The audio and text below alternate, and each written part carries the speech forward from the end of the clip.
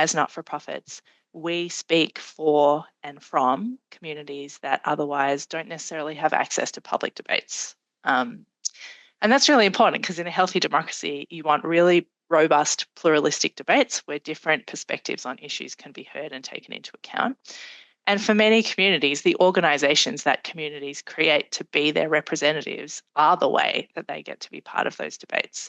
So we think that's a really critical function for democracy, but also for policy outcomes, because people from the community know what the community needs. They have on the ground experience. Many of our organisations are serving these communities in all kinds of different ways.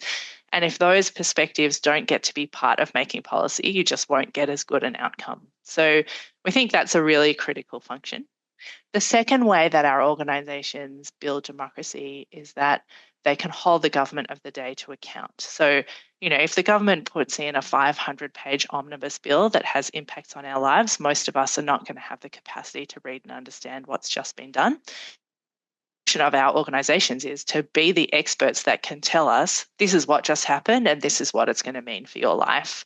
And so if we're not happy with it, we can then activate our communities to get a better outcome. So that translation and accountability piece is really important as well. And then I think the final piece is that for many of us, our not-for-profit organisations, be that, our sporting club or the place we volunteer or a faith-based organisation, any of those places, they are where we go to learn civic skills. That's how we become part of public life.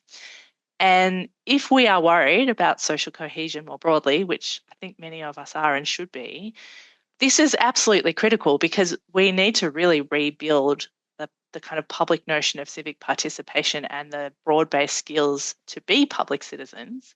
And not-for-profit organisations are a primary place where that happens.